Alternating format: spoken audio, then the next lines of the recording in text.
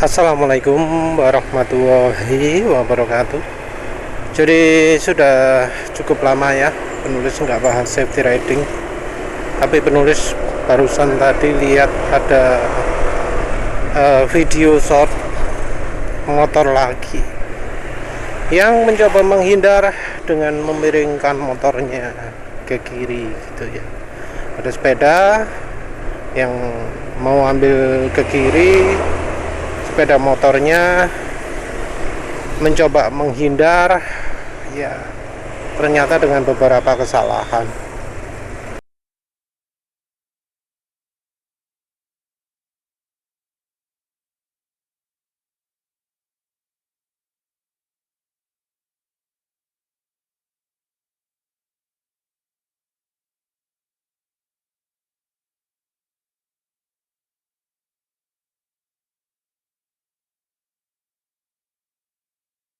Yang jelas cara merubah arahnya salah ya. Sayangnya kamera penulis ini bukan kamera resolusi tinggi ataupun kecepatan tinggi ya. Jadi penulis demo cara belok counter steering pun nggak kelihatan. Jadi ya mungkin kalau nanti kan itu langsung belok nggak pakai counter steering ya, sebenarnya itu counter steering ya, tapi karena kameranya nggak bisa nangkep, makanya jadi kelihatan seakan bukan counter steering. Jadi kalau mengendarai motor lagi itu biasanya beda ya dari motor matic.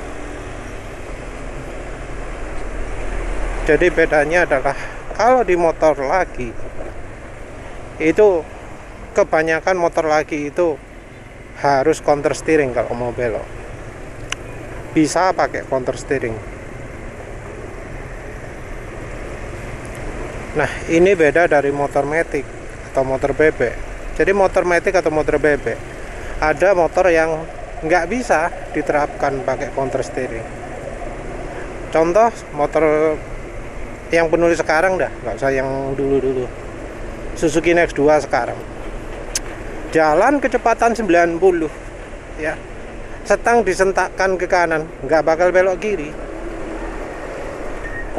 Jadi walau setangnya sudah disentak kanan, disentak kiri, nggak bakal counter steer, nggak bakal motornya terus mendadak belok kiri, atau kalau belok berlawanan arah, nggak bakalan, karena memang karakter motornya seperti itu. Tapi kalau kita miringkan badan ke kiri, motor dimiringkan ke kiri itu langsung motornya otomatis belok kiri atau belok kanan sesuai arah badannya ya. Karakteristik motor Suzuki kebanyakan seperti itu ya.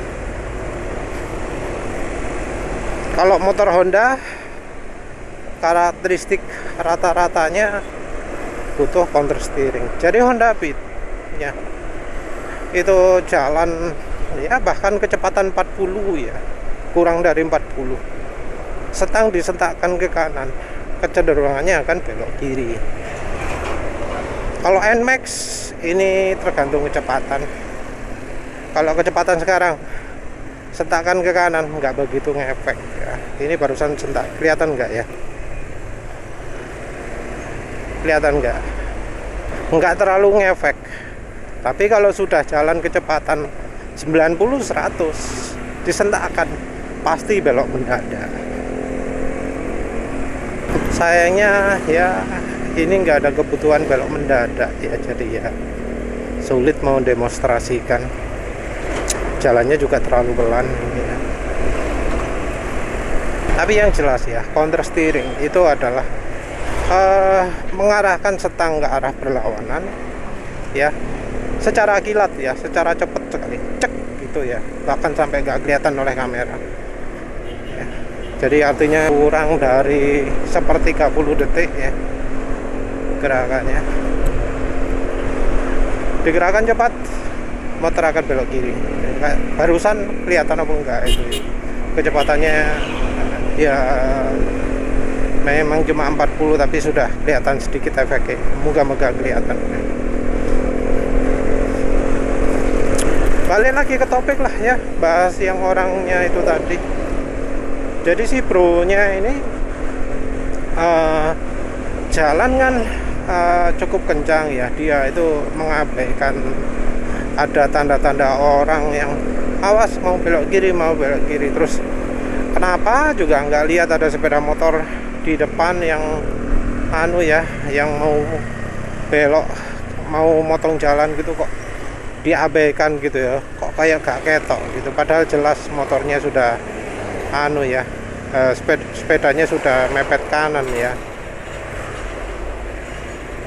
Entah mengapa ya motornya nggak bisa lihat, padahal sepedanya itu sudah mencoba mepet kiri ya.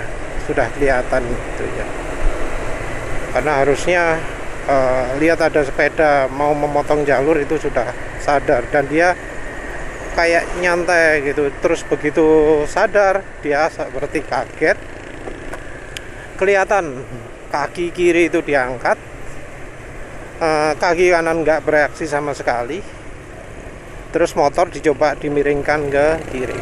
Jadi kaki kiri diangkat karena kesannya mungkin biar seperti kalau dia biasanya menikung ke kiri gitu ya, kakinya kiri diangkat. Lampu rem nyala tapi kaki kanan nggak kelihatan gerak, berarti dia ngeremnya pakai rem tangan, artinya ngerem depan. Respon remnya pun jelas lebih lambat. Respon rem dengan respon menggoyangkan motornya itu beda cukup banyak, jadi jelas dia ngeremnya telat. Jadi kemungkinan dia itu jarinya nggak ready, nggak standby di tuas rem, jadi respon pengeremannya telat ya. Karena itu jaraknya masih cukup jauh untuk kecepatan seperti itu ya. Mestinya dia ada waktu untuk rem, ada waktu untuk menghindar. Dan yang di situ kelihatan dia seperti nggak ngerem, dia juga seperti nggak menghindar. Udah ada upaya menghindar, tapi motornya masih terus saja. Karena beda kecepatannya itu jelas tidak terlalu jauh ya. Karena kecepatannya ya kelihatan mata lah. Nah si bro-nya ini ya merupakan contoh bahwa yang namanya sekolah safety riding itu nggak selalu bener ya. Karena kalau lihat gayanya itu, jari nggak agak di tuas rem, terus ngerem depan, beloknya kayak gitu ya, pakai metode counter steering model kayak opo itu, karena yang ngajarkan counter steering ngawur banyak ya. Tapi yang jelas itu merupakan bukti bahwa ada rider yang mempraktekkan ajarannya safety riding yang ngawur. Jadi jari tidak standby di tuas rem itu adalah ajarannya JDDC atau RDL. Terus ngeremnya rem depan itu juga ya ajarannya JDDC dan RDL. Masnya itu membelokkan motor gagal karena dia menerapkan body steering ke motor lagi. Karena dia mencoba membelokkan motor pakai body steering, padahal harusnya kalau ingin membelokkan motor dengan cepat ya di motor lagi, itu kuncinya adalah mendadak sentakan setang ke arah berlawanan yang ingin dituju. Karena itu butuhnya belok mendadak ke kiri, maka yang harus dilakukan adalah sentakan setang ke kanan, langsung dibelokkan jedak ke sana ya, mendadak sekali, kecepatan tinggi gitu ya, yang nanti hasilnya adalah ya motor langsung lari ke kiri ingat ya, nggak semua motor di counter steer itu bisa seperti itu perilakunya. Kita harus paham karakter motornya ya. Tapi kalau kebanyakan motor lagi ya begitu, setang disentakkan ke kanan dia akan belok ke kiri. Kelihatan ya, dia itu miringkan motor ke kiri, tapi gak belok-belok ke kiri motornya. Saya lurus saya.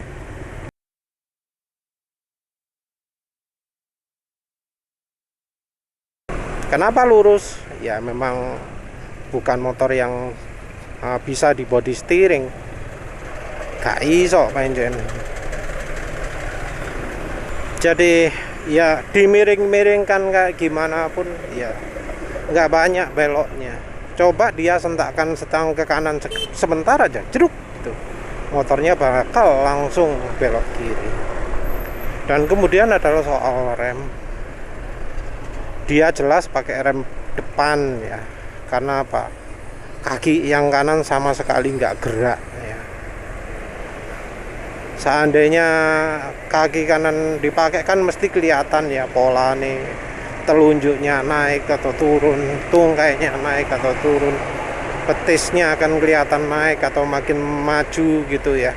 Tapi itu tidak.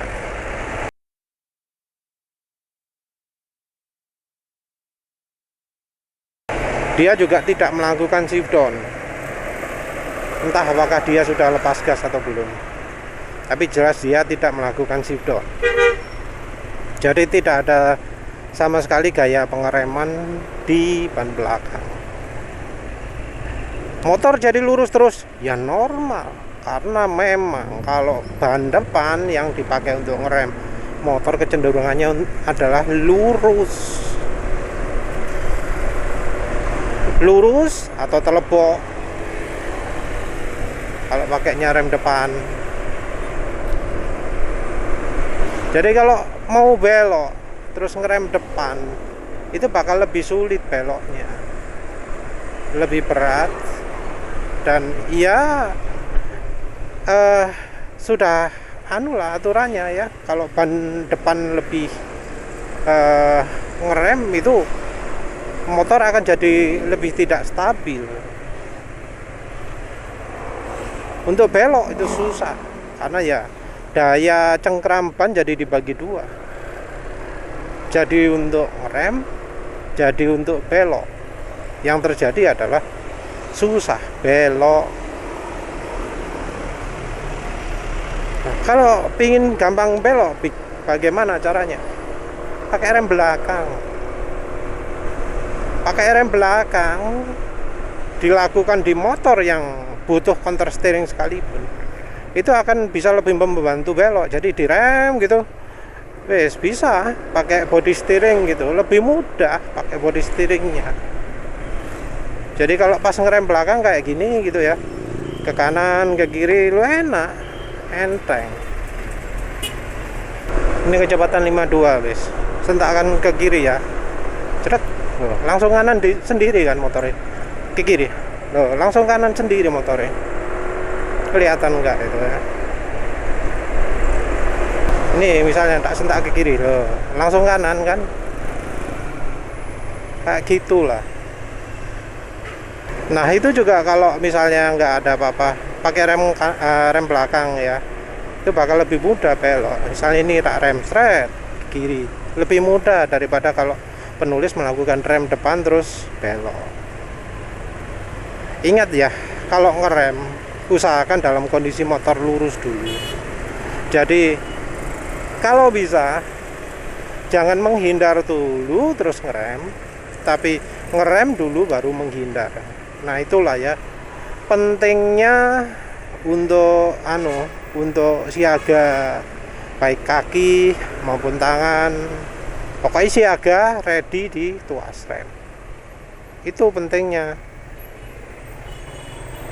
Jadi kalau cari ready di tuas rem, nggak akan setelah simasnya itu waduh, belok sudah beberapa waktu baru jarinya.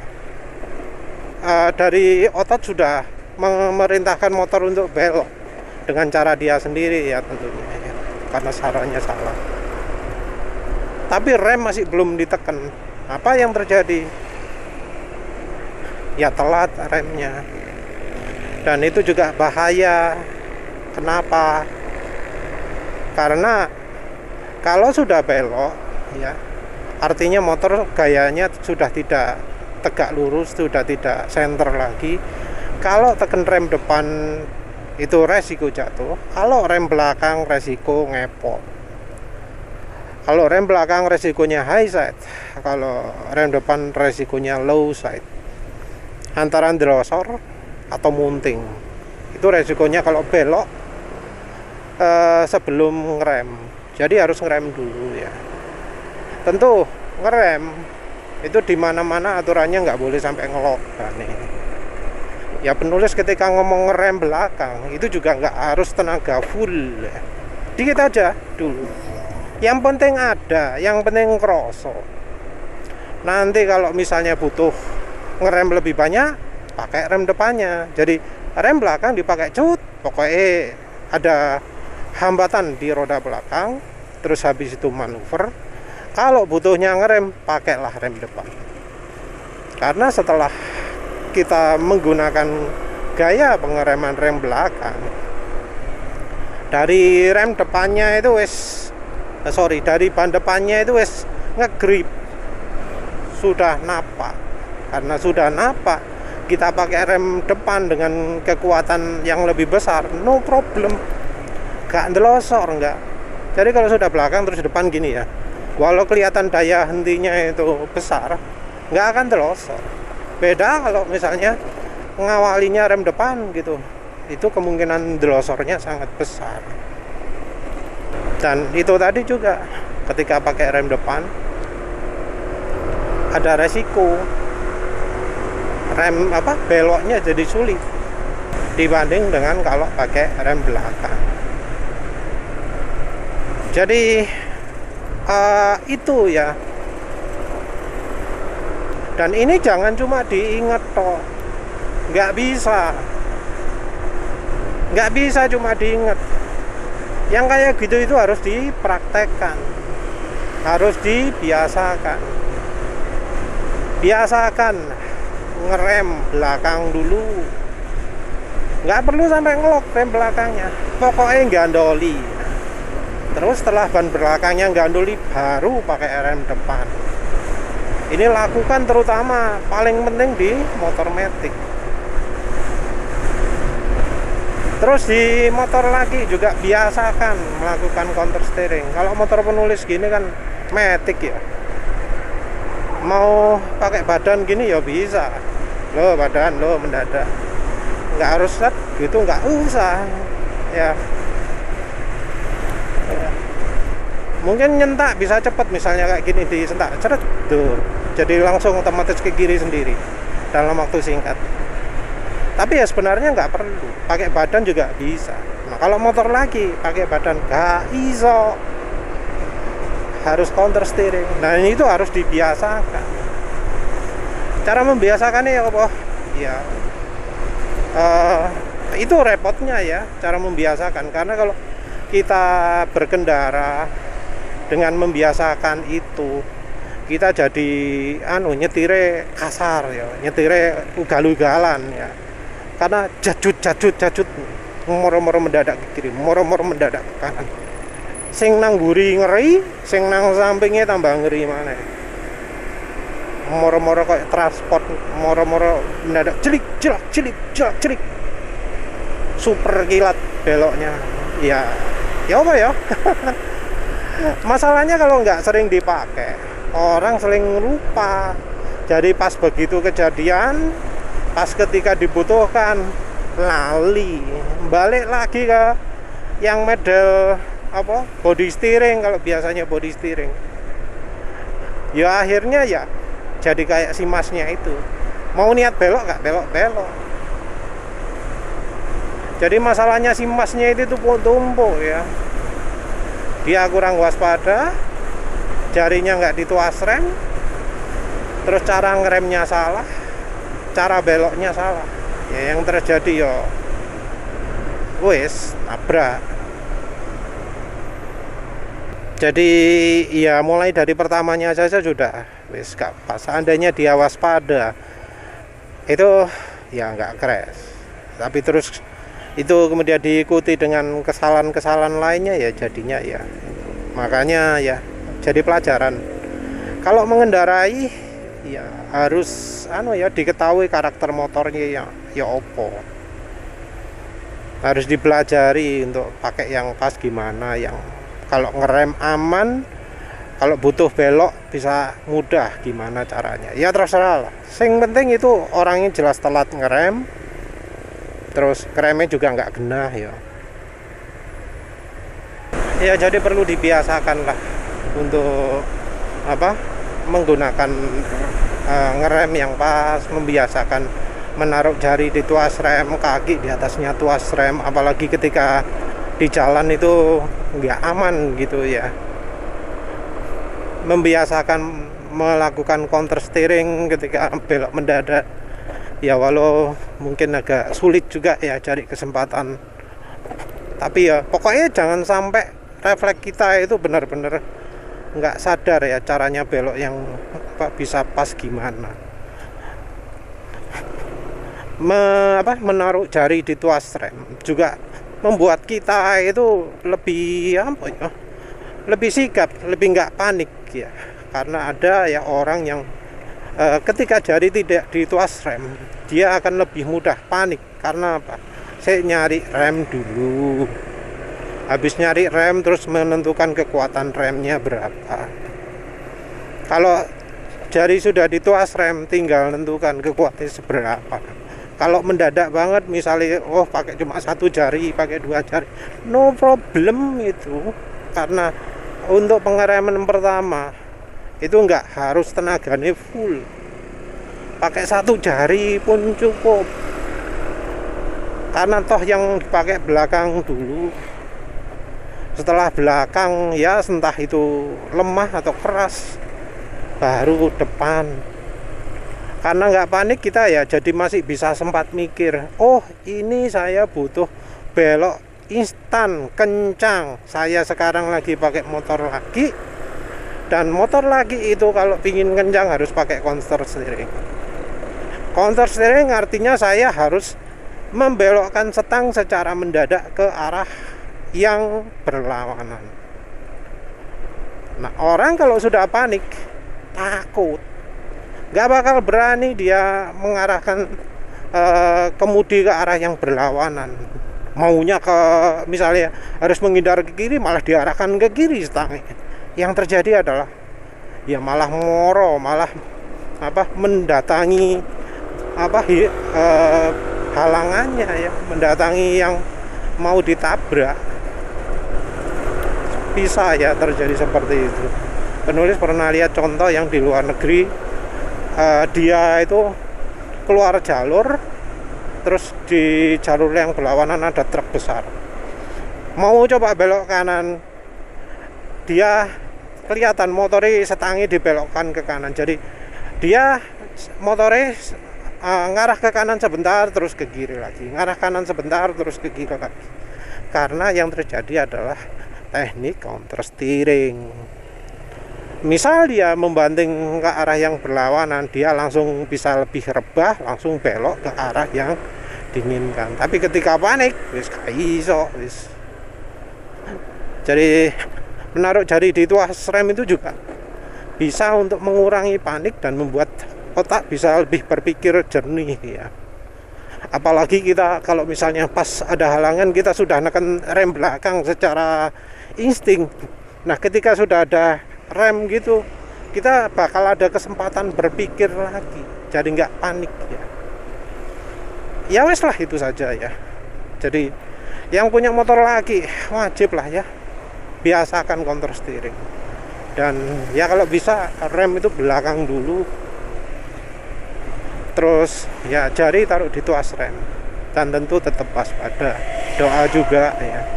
Ya wis itu saja, terima kasih sudah menonton. Assalamualaikum warahmatullahi wabarakatuh.